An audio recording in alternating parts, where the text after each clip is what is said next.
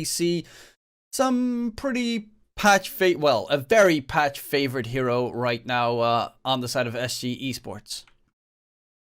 Oh yeah, the classic. Uh, Tiny. I don't think it's as good as a flex pick as some people like lead you to believe. I feel like carry is like S tier and everything else is kind of like B tier.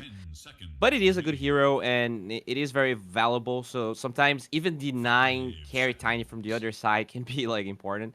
So I don't mind this Tiny pick at all. And they go for the Pango Ench on the side of Wolf team.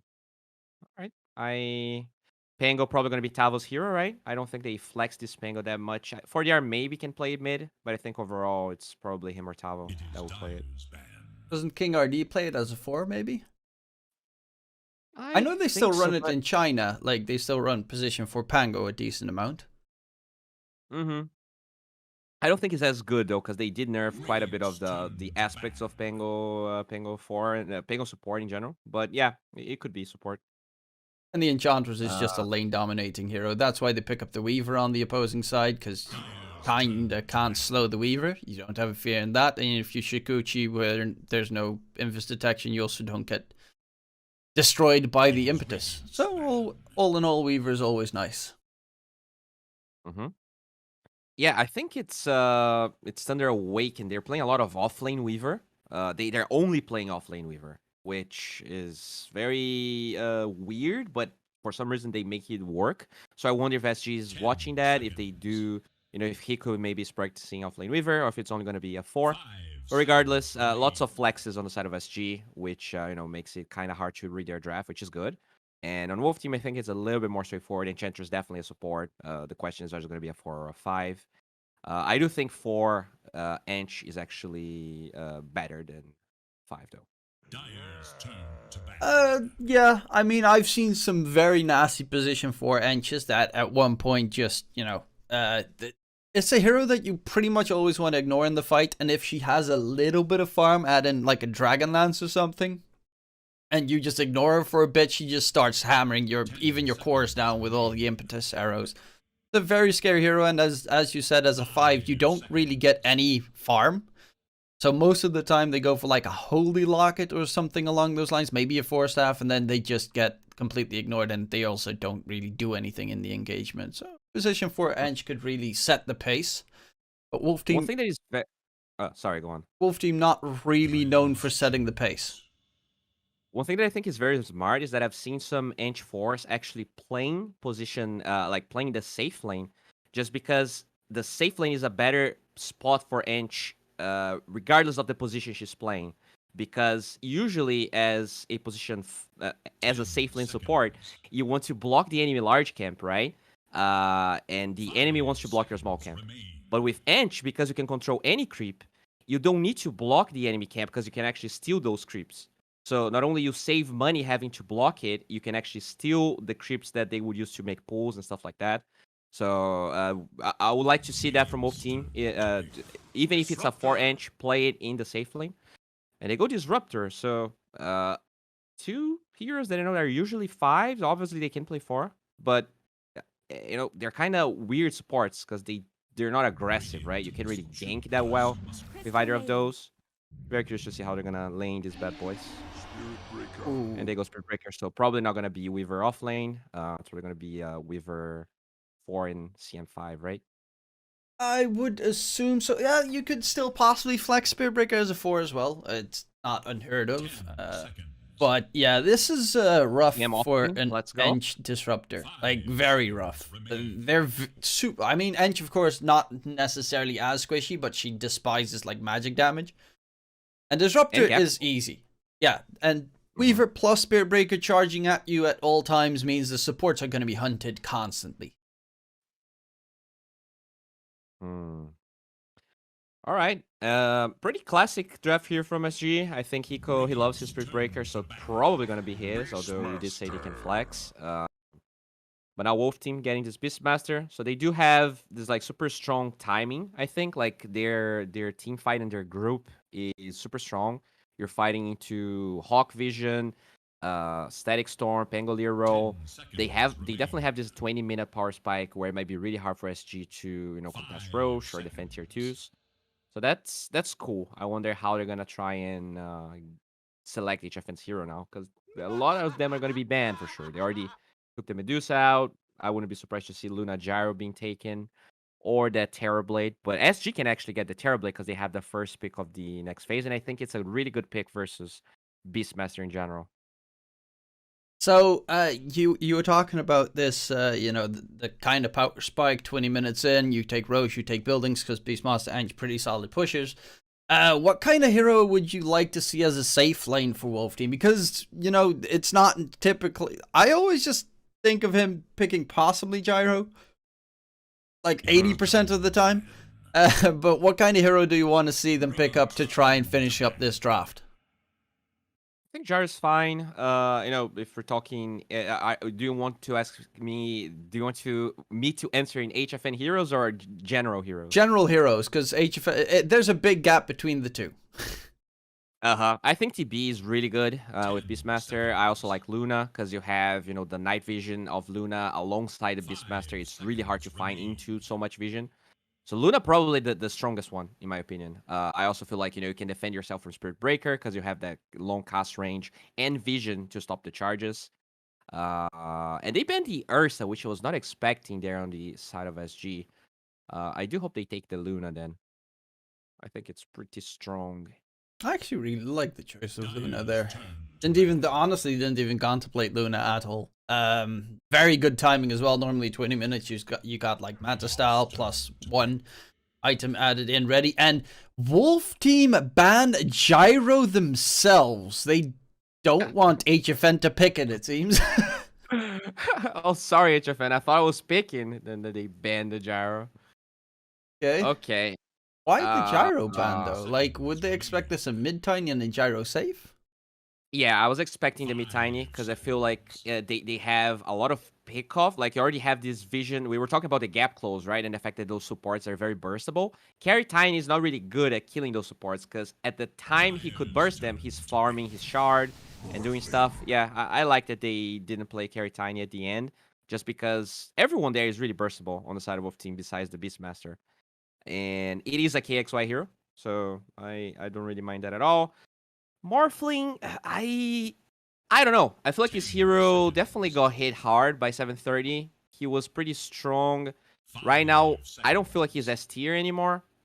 And picking Morphling without actually looking at the matchup feels kind of risky in my opinion. Void's still open, although they don't really have a lot of damage inside Chrono for Wolf Team. They could go Terrorblade. I don't think it would be a problem at all. They could go Luna, as we talked. I think especially the change to the E-Blade made Morphling like, in most regards. And normally, like, that would be the biggest threat for ATB, for instance, where you just get one shot in the mid-game because he's got that stupid amount of damage. But considering E-Blade's, like, not really a Morphling item build anymore and more of the right-click, I think TB is actually a very solid pickup against Zero. Or you could just go all, PL or something and say, you're screwed. They have a fair amount of burst right on the time, so TB is a little scary, especially because we know HFN is not going to go first item BKB. He's not going to go Yasha BKB on his TB, so maybe they'll have to go something else. But there's not, like, I feel like all of the options they can go besides the Terrorblade are not necessarily all close. Okay, they go TB. I hope he itemizes, to actually deal with this burst damage of the Titan Spirit Breaker. But I conceptually, I think Terrorblade is the best pick that they had. I just hope they play it properly. I like Wolf Team's draft. I think it's a little bit better. The Morphling 23rd pick from Parker was not great. But I think it kind of balances out from the fact that I think SG has a slight edge. So pretty much 50-50 game in my opinion. Yeah, I do think that a lot of this game is going to ride on KXY on that Tiny. Park is just going to farm for the most part to get really fat, but KXY really needs to start roaming around with Hiko to really open up the map, especially if you get a couple of those catches on HFN. It's actually a 4 Disruptor and KJ playing the Enchantress 5, okay, so that means you could have like a decent timing on an Ags, which is very big if Wolf Team can get that secured. Mm-hmm. Yeah, it's kind of interesting. They set up this Beastmaster pick really well because Ench and Disruptor are two heroes that are really good versus Beast because Ench steals the boards and Disruptor kills the boards really well. But I just hope that this doesn't make their draft wonky in the sense that like they can't make plays because I mean sure the eggs would be great, but you know what's also great? Just stomping the game early because you have the heroes to do that. And I think if they don't do really well in lanes, it could look kind of weird. But if they do, do well, I think the game kind of plays itself out for Wolf Team. So we'll see how things play out. I think that the Beastmaster Disruptor lane is really strong. Like that Crystal Maiden is gonna be really sad because if she walks close to the Beastmaster, not only you get slowed by the board, but you get slowed by the Thunder Strike. There's gonna be glimpses and kinetic fields. It's a pretty hard lane to play for Wedge. I've seen a couple more Crystal Maiden picks this patch, which is, interesting. I've heard even from some pro players that they really regard CM high this patch. I always find, I mean, it's not as bad as Ancient Apparition, but I always am a little bit fearful about any lane survivability because off-lane duos, in this case, it's like the Disruptor, the Beastmaster, but if you're up against Noping, you're up against most likely a Sand King plus Lina support duo, off-lane duo. And yeah, Crystal Maiden is kind of one of those heroes you walk out of position from your tower once and you're dead. Mm-hmm. Yeah, usually I don't think like the Beastmaster is a problem for CM because you just destroy them or Frostbite. Yeah, but the glimpse is really the problematic part because you're a potato. You can't really move that fast. So Disruptor is always gonna be on range to either cast glimpse or kinetic field on you. Well, the classics SA pause. I would not know how does it work in pubs, like because you can't pause until like 3 minutes anymore. So is it just like everyone's AFK at the start, or? Yeah, everyone's AFK. They're like, report this guy. This guy. Why is he playing with bad internet? And it's usually that way. But honestly, I don't see that many pauses in my pubs anymore, which is great. I think, because in pro games you can still pause. People still. I don't want to. They're nostalgic, so they just want it. They're like, oh, the good old days when I could pause in my pubs. Oh, so good. I love to drink tea before the game starts, so I'll just finish it. Then we're back. Okay, so KXY is back. Let's go. Well, right now, of course, on the opposing team, someone's AFK, and then they 5 minutes, and then he comes back. Someone else went to the bathroom, and we keep on going and going and going. But yeah, Morphling this patch, I don't know the stats specifically. I might be completely wrong, but I think I've seen him lose like a fair amount this patch. Oh, for sure. Like in pro games, I think he's still being figured out. I think his win rate is not great in the DPC. In like high MMR games, his win rate is close to 50%, which probably indicates that he is balanced because his pick rate is still pretty high considering all the nerfs that he got. But yeah, like there's a lot of things that change they're kind of weird, right? Like you get the stats from the hero that you morph into. There's a lot of things that like I think Morphling became an even more reactive pick than it used to be. Like I don't think Morphling was ever a hero you would first phase, and I think it's even more important now to pick it against specific heroes. I'm not sure whether they did a good job of picking Morph because, as you said, it's still losing a lot. So even the pros don't know exactly when this hero is amazing. So if you use get Ags and Morphling and you take over the TB, don't you just go absolutely ham? Feel a 50% attack speed stolen from Agi, and like TB's got like an ungodly amount of agility in the late game. Yeah, but the question that I have is, your illusions use your attack speed, right? But if an illusion was already summoned, do they get the buff? I would assume they don't. No, I mean, do the enemy Terrorblade lose attack speed on illusion that is already summoned? You know what I'm saying?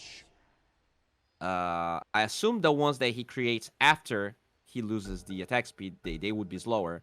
But do the initial ones lose attack speed? This is Am I making something. any sense? Well, yes, and it's like I'm trying to wrap my brain around it. But this is something that you probably need to try out in like demo. Because these are like the interactions that you never think about when you're like. I mean, I read the patch notes and it was like Morphling, yeah, okay, they changed that. Okay, kind of cool. And I've seen him play a couple of games and I'm still thinking, how does it work again? It's a very confusing set of ability changes. Definitely.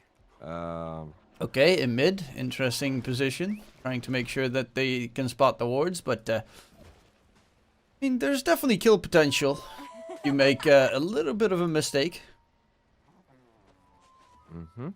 Lots of yeah, I'm surprised that their position is aggressively, but I'm assuming that maybe they scream against Wolf Team. HFN rarely, do the team minute 0, so they feel like they're stronger.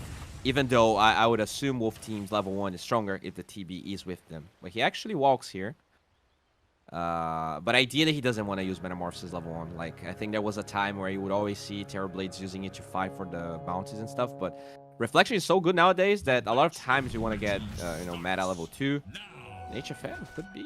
Oh, no, I guess King RD might just die here. He is a goner. Also, King RD is playing in the safe lane together with HFN, and they're using KJ together with the Beastmaster Tavo bottom lane, so there's a slightly different approach to it. 2 minion-based heroes up against a hero that just freezes them. Yeah, I'm assuming they did this because the Ench actually cannot do anything about the charge. So maybe King RD is going to be there to either glimpse or static storm the charge on Screwbreaker. What are they doing? Why is Barker chasing KJ forever? Listen, creep wave, the first creep wave as well. Okay. Interesting approach. Bottom lane. They did force Nature's Attendant though, which is definitely not the ideal skill build here. And they also blocked the camp, so really good. KJ won't really be able to get any potatoes or big creeps to assist in his lane. Oh my god, the Fell Spirits have a 3-second silence. God, it's always nice to just check out the creeps and be surprised at what you missed again, because you still have not really played any micro heroes at all, ever. Yeah, and the range is really big. It's crazy. King RD taking a lot of damage. Stop. Not having the most fun because, of course, you're just gonna be popping 50 million mangoes. Eventually means that your net worth is non-existent. That's the trade-off that you have to make. KJ, again, with the Nature's Attendant Wisp, he's just trading right clicks, and that's why the attendance is pretty solid. So that you can at least make sure they run out of regen, considering it doesn't even... Like, 140 mana is a pretty decent amount, but you eventually take over like that... Oh, Courier Snipe as well. With a healing self and a mango. Oh, no.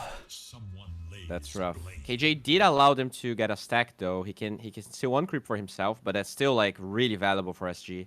They might be able to deny 1 or even 2 waves depending on if Widge just pulls half of the wave. But that's really important.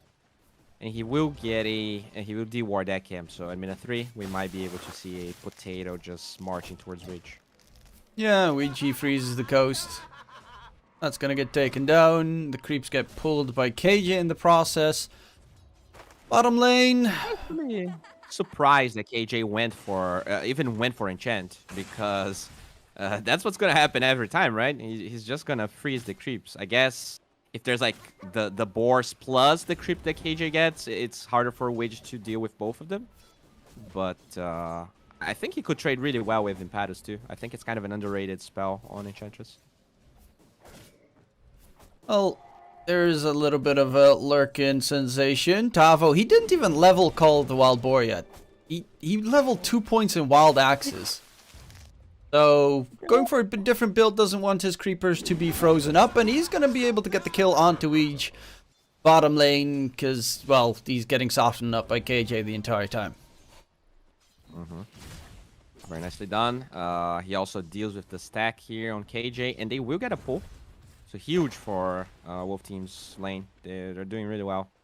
There's an interesting choice to go Wild Axe is level 2 even. Sometimes you see them go 1 to get that range creep in the laning stage, but level 2 is not something you'd see too often on off-lane Beastmaster. I do know Ironcrad from, I think, Namiga does run Beastmaster mid still with Aghanim Scepter. It's just that I think like Morphling is one of those heroes that really doesn't care about the boars. Like you just waveform and kill them. So it's unusual, but probably the only way that he doesn't like feed even more gold to Parker. And also you've got, you have the chance to get the Wild Axe's burst all of a sudden that Parker gets surprised by. Burst is the only way that you normally tend to kill a morph, or you need like a Spirit Vessel, which is also an interesting situation. Are they gonna, I mean, this game it pretty much will most likely be Wolf Team needing to get themselves like a quick Scotty on the TB.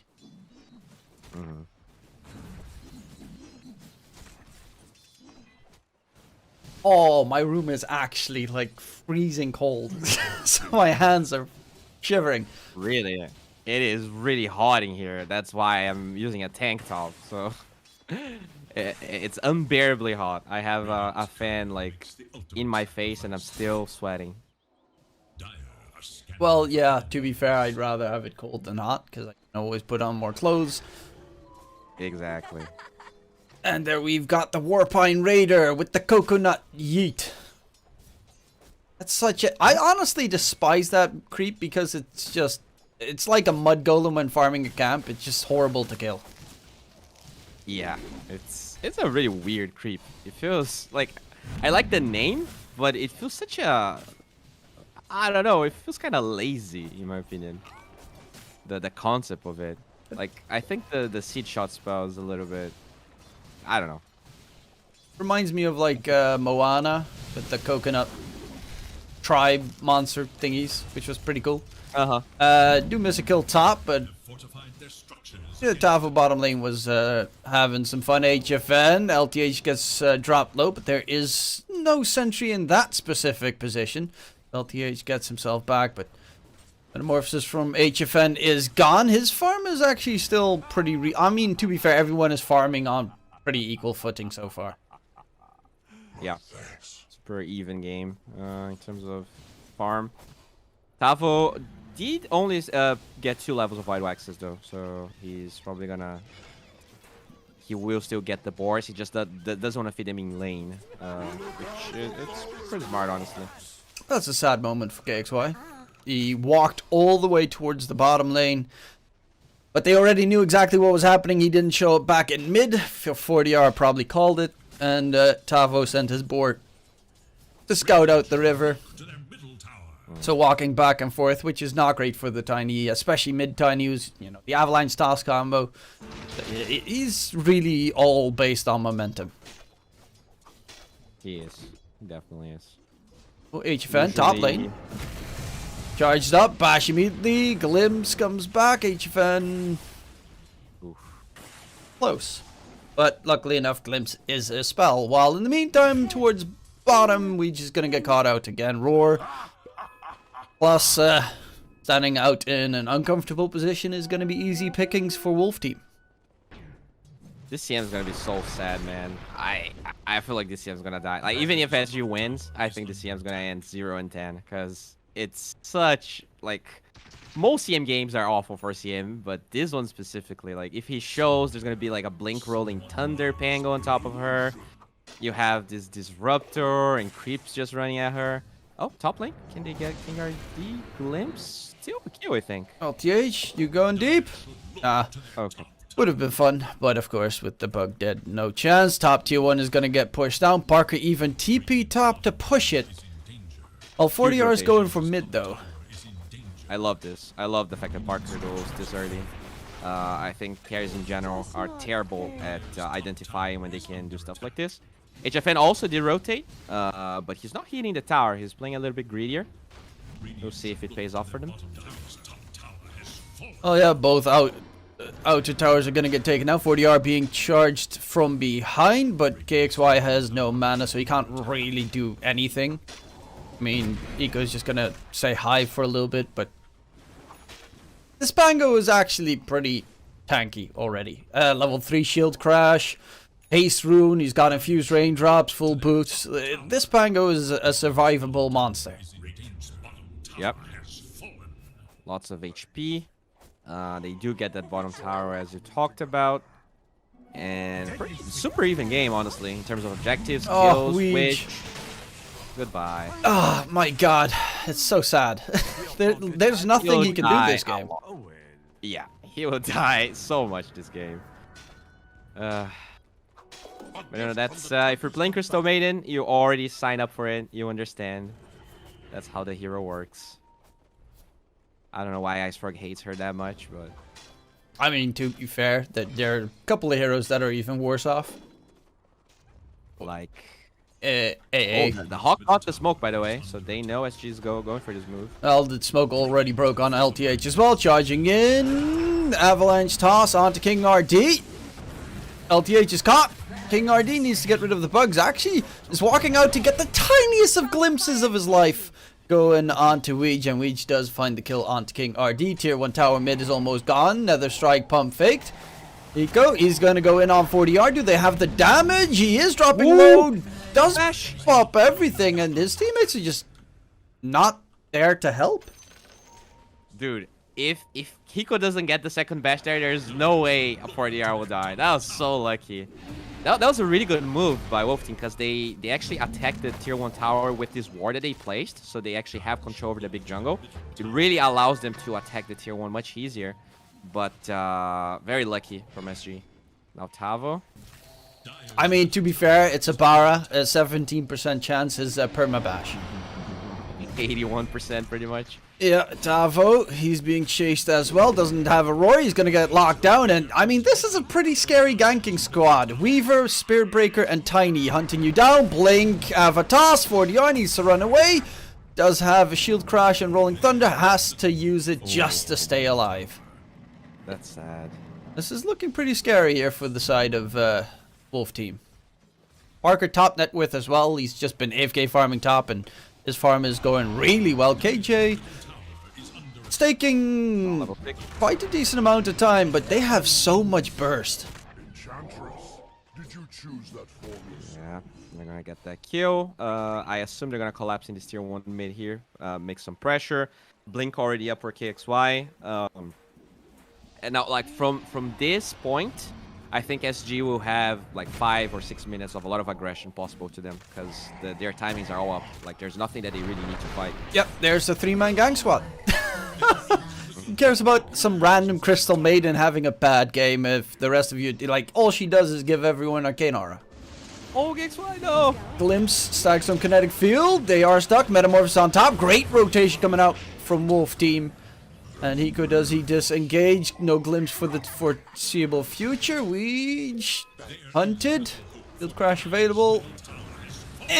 Run, Weege, run! Will eventually die. They're charging back onto HFN, which is probably not the best choice, especially not considering the enemy has a Weaver. But he actually Shikuchi's out of the kinetic field.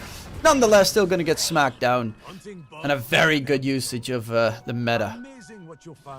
Right, I am very pleased with this move from HFN. He's not known for doing moves like this, where he actually farms towards the fight, and that was a great way of really helping his team, because if the TB is not there, I'm pretty sure they can't even take that fight, but the damage he provided with the Yasha was enough. They get tons of kills, and you know, it's Parker, the player that I usually think it's more active than HFN, that didn't really bother to show up. So huge breath of fresh air for Wolf Team. This is looking... this is a good way to savage all of the aggression that Tiny outputs. But as I commend him, he might just... So yeah, caster curse. Oh. Well, yeah, you know, that's the one downside. They know where you're at. You are a pretty easy target for a Tiny. Which? Going for KJ, disarm. They need to interrupt it. He's going ham. They force out the roar, and That is honestly a very good job. It's a 4-man rotation, keeps Wolf Team at bay. In the meantime, Parker has been top farming the Dire jungle the entire time. He's top net worth by a pretty decent margin. Wow, that's true. I didn't even look at it. He's so farmed, man. And he's going straight up Scotty. I like this, actually. I think this is going to make him really tanky. They do lack, like, they have lots of stuns, but they don't have lots of slows because Crystal Maiden, she's not going to be alive for most of the fights. So, I like the approach here. He could go BKB, but he's playing so freely that he feels like he can get BKB after the Scotty, which I think he's correct. Well, he's going for the Ags, which is, of course, gonna make their ganking squad even scarier. They did find LTH top, building up the Spirit Vessel. It's all looking pretty A-okay here for SG. I mean, if the Morphling doesn't die, everything is looking pretty juicy for them. Alright, so another smoke here. They want to keep utilizing KXY's Blink. He also has Arcane. So, possibly, he can easily get 2 kills if they find the right heroes. Cavo is a tough one.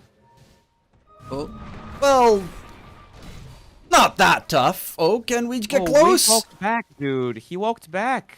Oh, no. KXY, So... toss, avalanche, and that's enough. Okay. Now King RD being charged from, I don't know where. I just see the charge icon. Oh, there. Eco all the way from bottom lane. Going for the charge stop. Saying hi to 40R. Cancels his charge in the end. But yeah, they saw that charge coming in from a mile away.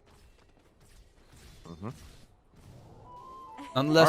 Alright, I got scared a bit there because I thought the KXY was going to keep chasing and with some TPs they could punish the Tiny. But everyone, even the Morphling, walked towards the fight. So Wolf Team felt that, you know, TPing 1 by 1 would be a bad decision.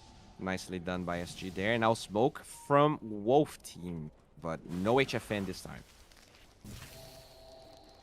LTH. Time lapse. Shikuchi to the side. King RD is being charged. Hiko says hi. Avalanche toss. Somehow King RD didn't die in the process. Tree does eventually finish him off. Hiko getting roared up in the process and barely took any damage. 40R full roll onto KXY. Use big fat juicy team fight in favor of SG and KJ. He's just slowly but surely being chased out. On the side though, KXY yeets 40R back on top of Parker, who turns into the Pango. The charge comes up top. 40R is dead. KJ will be the last one in this fight to die because HFN is not going to join that fight anytime soon. He just needs to farm up the Iascati, but this was a very good rotation, and it's interesting to see them roar a Spirit Breaker with 4k HP plus Bulldoze. Yeah, that was a really sad smoke from both team because King RD didn't had a sentry on him, so when they find a Weaver, they couldn't just sentry out her, so she doesn't get away. And then the fight drags too much, and it gives time for SG to show up. So if they want to go for a 3-man move like that, they really need a sentry to make sure that they can quickly get a kill and back out, because SG has a lot of mobility, as we already established, and they can easily get into Wolf Team if they don't burst someone quickly. So I feel like that was on King RD, unfortunately, not having the sentry.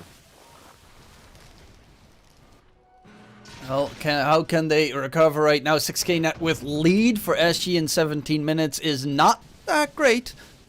I mean, the support's farm is a big difference. We just got them 2 fluffy hats plus infused raindrops, so it actually takes quite a bit of time to kill off a Crystal Maiden. Well, unless, of course, you know, TPHFN starts hammering him down. That's not going to be any time soon, considering he definitely needs the Iascati to try and man-fight the Morph, who is already done with his.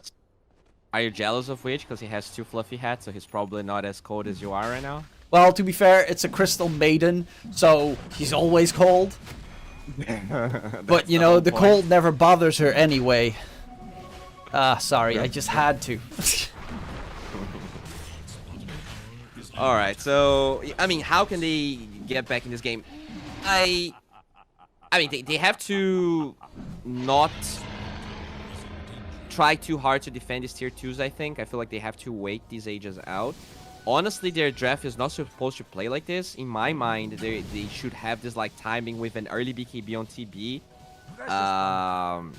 and just fight with this Beastmaster like that just enables the TB. So even if you don't have items, the Beastmaster by itself is like 60 attack speed, which should be more than enough.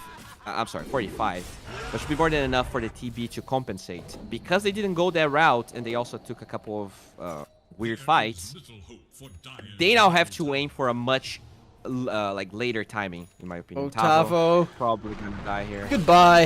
He gets hunted. Also use the roar to try and disengage from the fight, so even if you'd have a buyback, you wouldn't be able to use it. Not that they're in an engagement just yet. He's got the full Ags already done. Next item, BKB. Once he's got the BKB Ag, Spirit Breaker, like, of course they've got a roar, but this Spirit Breaker is just gonna move through every possible engagement, and only the TB can kill him, but again, you don't really want to try and focus down Spirit Breaker. Yeah. Yeah, this game's looking really good for SG. Like, even though the laning stage had a couple of rough moments for them, I think this Tiny played exceptionally well. They were able to get some good rotations. I honestly... It's rough. Like, that fight where HFN joined, it looked really good for them. I think if he just kept doing that whilst he farmed the BKB, they could really take these fights up to SG. But he decided to go Scotty. I don't think he's going to be able to actually right-click with it for a long time. We'll see how the game develops. But it's pretty much going to be a farming item, not really a way to counter the Morphling. Because, you know, it doesn't matter that you have Scotty if you can't hit the Morphling with the Scotty. Because, as you said, that Spirit Breaker is just going to be charging. You have this Avatar from Tiny. You could be tossed totally away from your team. So even if you get your Sunder off, you still die. It's a kind of a rough TB game. L charge coming in mid, gets cancelled, 40R blink back, but there's the Avatars from KXY, trying to hold in place HFN, but gets disarmed in the process, and the rest of his team is not right behind him. I also really love the first item Ags on the Spirit Breaker to deal with all the split pushing that a Enchantress, Beastmaster, and TB can do, which is a lot of split pushing. Mm-hmm. Oh, Yeah, they smoke out. Okay. Going in onto LTH. But the Weaver's outside. Oh my god. Static Storm, Kinetic Field, and the Bango roll I don't want to used. say anything. Another fight where King RD smokes with no sentry and the Weaver just gets out. And also the one that they jump is the Weaver, forward position Weaver every time. Which, you know, he's annoying in the fight, but what does he really do? Yeah. No. God, this is kind of quickly snowballing faster than I thought it should happen. This is kind of costly for them. So they're probably going to lose all of these tier 2 towers. I don't think SG is in any rush to win the game. But coming back from this position is not easy. And it's just going to smoke. Parker's got the full BKB already done as well. And they're looking for Tavo. LTH going in for the Shikuchi. Hello, Yules will hold him up. KXY, he's got the blink ready. And goodbye, Tavo. Another dunk coming in. Alright. Even has the Nether Shawl on Tiny. Really good because you don't care that you lose armor and you amplify all of that burst damage. Really great item for KXY. And I mean, this is what's going to happen now. They're going to control both teams' triangle. They're going to keep on accelerating Parker. Sure, HFN can farm because he has illusions, but they're going to be starved in experience. I think, you know, with all of those 2 smokes that failed, the morale for them to go for another smoke just lowers and lowers. We'll see. I hope that if they go for a smoke, they do bring a couple of sentries. I mean, there's actually like 2 dusts and a sentry on King RD, so I'm happy that he finally went for it. But yeah, I mean, how do you right now win these engagements? Disruptor going for a first item. Glimmer was really hoping to see, I mean, of course, a better game for King RD so that he could get that Ags, because it's a very nice item to have against BKBs. But yeah, in this game, it's looking pretty rough. KXY is going for the Silver Edge. I think you've got Oh no, BKB on Spirit Breaker is not done yet. Weege is gonna get glimpsed back. They hold him in place. He tries to stay alive, but eventually does die. Didn't use that much to take him down, though. So that is pretty big. They still have Rolling Thunder. They still have Static Storm, Kinetic Field. They can do a lot of work. Parker needs to definitely be a bit careful, but there's a charge coming in onto HFN. They're going to re-engage, try and burst him down. BKB popped by Parker, but the Thunder onto LTH. Parker, nonetheless, he's getting absolutely mowed down, controlled, in place, nothing he can do. And the roar from Tavo onto KXY is just going to delay him for a little bit longer because they're just hunting for blood, and blood is exactly what they'll be able to gain here. KXY almost taken down. KJ, can he get the last hit in? No, they're hunting. Can they get him? Yes, they do. But at what cost? 2 kills secured for the side of Wolf team, maybe even 3. He goes very low. 40R did a ton of damage in that fight, but in the end, will be another one down with Parker being fully healthy. The bottom creeps right at the enemy's doorstep. And a massive win for SG. Yeah, I don't even blame Wolf Team's decision to actually try and take that fight, because CM was dead. But because there's no PKB on this Terrorblade, it's really hard for him to stand up and fight. He just got avalanched and tossed, and that just allows Parker to have a huge advantage in these fights. They're not going to force any buyback. Whoa, Parker. Parker's nutty. He knows no Static Storm available, so he's going deep. Turns into the TB. Oh, look at Weege coming in with the big fat freezing field and absolutely snows everyone out of existence. GG gets called, and that is the game already. 24 minutes in, and SG Esports make a statement. Wow. Yeah, I mean, it's pretty much how I thought this game was gonna go. Like, HFN will not go BKB because he wants to be greedy, and this game just becomes really hard. You're playing against SB Tiny. I think they assumed they would win the lanes harder, just control the map a little bit more of the Beastmaster. The Beastmaster laned okay, but I don't think he... like, usually the Beastmaster is supposed to take the tower before the enemy offlaner, right? Especially when the enemy offlaner is a Spirit Breaker. He doesn't push well whatsoever. But because Parker rotated so early to mirror what he expected the Beastmaster to do, they